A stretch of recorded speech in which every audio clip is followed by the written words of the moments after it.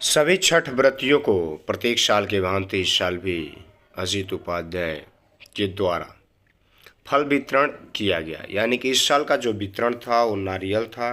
प्रत्येक साल अलग अलग चीज़ें होती है, अलग अलग। किसी साल सेव होता है, किसी साल अनारस होता है यानी माटी कटहल, किसी साल आपका नारियल होता है। ये बीते 6-7 साल से चला आ रहा है और ये सिलसिला छठी मैया का आशीर्वाद से आगे भी जारी रहेगा, ये कहना अजीत उपाध्याय का है।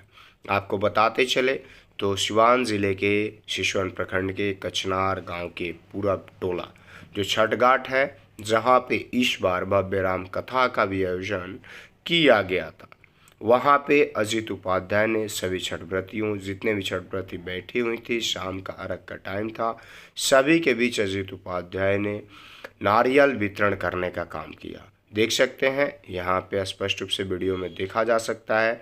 इसके पूर्व में भी आप वीडियो में देख रहे होंगे कि किस तरह से इसके पूर्व में यानी कि 2023 में सेब का वितरण किया गया था, इसके पूर्व में नारियल का किया गया था, उसके पूर्व में अनारस का किया गया था। यानी कि बीते 6 सालों से ये सिलसिला, ये कार्य जो है लगातार जारी है। और अजीत उपाध्याय कहते हैं कि सेवा भाव होना चाहिए, सेवा होता है, क्योंकि धर्म में सेवा करने से और धर्म में पैसे खर्च करने से घटता नहीं है बल्कि बढ़ता है।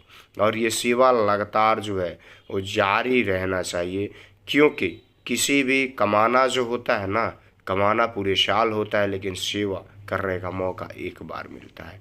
तो ये सेवा जो है, सिलसिला जो है लगातार जारी रहना चाहिए। और ये सेवा प्रतिवर्ष छठ यानी कि शाम का जब अर्घ का टाइम होता है तब का ये समय है, और उस समय जब जितने भी छठ व्रती माताएँ बहनें बैठी रहती हैं, सभी के बीच अजीत उपाध्याय जो भी होता है, नारियल होता है, सेब होता है, अनारस होता है, जो भी चीज़ें होती है वितरण करने का काम करते हैं। इस बार देख सकते हैं कि इस बार नारियल का वितरण कर रहे हैं। और नारियल वितरण जो है यानी कि जितने भी बैठी हुई माताएँ बहनें, शाम के समय का वक्त है तब का ये वितरण कार्य जो है वो चल रहा है। तो ये सिलसिला, ये सेवा, ये अपने आप में बहुत कुछ बताता है, अपने आप में बहुत कुछ कहता है कि सेवा का कार्य जो है वो किसी भी रूप में हो सकता है, किसी भी जगह हो सकता है, किसी भी तरह से हो सकता है। ये कोई अस्थाई नहीं है, या फिर ये ज़रूरी नहीं है कि एक ही जगह होगा, ये कहीं भी हो सकता है, किसी भी समय हो सकता है। देखिए, जो जाने वाली यानी कि शाम का वक्त हो गया है तो बहुत सारे लोग लौट रहे हैं, उन लोगों के बीच भी उनके जो डलिया है यानी जिसमें रखा हुआ है उसमें अजीत उपाध्याय जा कर के और नारियल देने का काम कर रहे हैं। जो भी माताएँ बहनें हैं उनको हाथों में भी देने का काम कर रहे हैं जो लोग लौट रहे हैं। तो ये चीज़ें हैं सेवा का, और सेवा इसी तरह से लगातार बीते 6 से 7 साल से ये करते आ रहे हैं।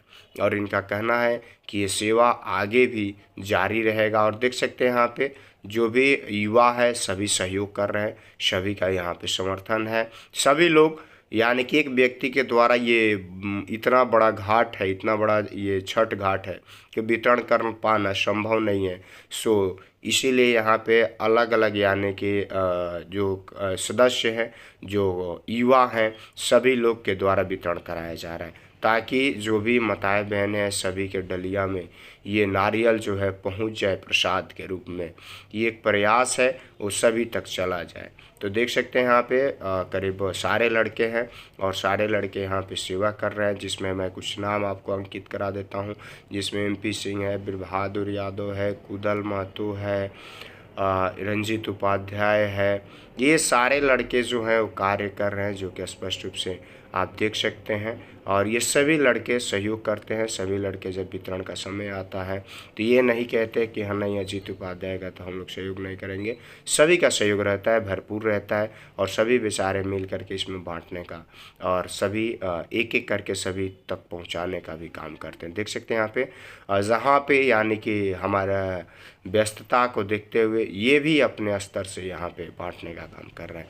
तो सेवा है और धर्म में सेवा होना चाहिए। छठ महापर्व खास तौर से बिहार के लिए एक बड़ा महापर्व है, जो कि बड़े ही धूमधाम से मनाया जाता है। आस्था का महापर्व है और ये 4 दिवसीय छठ महापर्व होता है, जिसमें पहले खाए नहाए, फिर छुटकी, फिर बड़की जो है वो बड़की के दिन यानी कि वितरण हो रहा है, और उसके बाद से लौटानी यानी भोजपुरी भाषा में आपको बता रहे हैं। तो ये होता है और यहाँ पे देख सकते हैं कि सभी के बीच वितरण हो रहा है।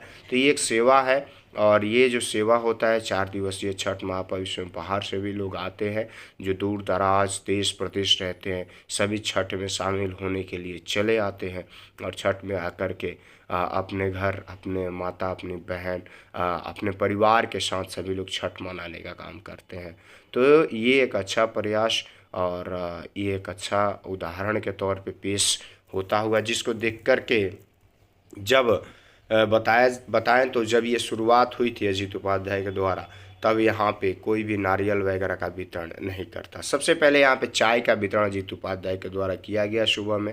उसके बाद बहुत सारे लड़के आगे आए जो कहे कि इस बार हम लोग करेंगे, तो अजीत उपाध्याय ने यानी कि नारियल फल वितरण का कार्य शुरू कर दिया, जिसको देखते हुए 1-2 साल से और भी लोग यहाँ पे वितरण का कार्य जो है वो कर रहे हैं। तो अच्छा है, एक रास्ता अगर आगे बनता है और उस रास्ते पे कोई चलता है तो ये भी अच्छा है, उदाहरण के तौर पे पेश होता है कि भाई किसी न किसी को तो आगे आना पड़ता है, किसी भी कार्य में किसी न किसी को आगे आकर के शामिल होना पड़ता है, ये चीज़ें हैं।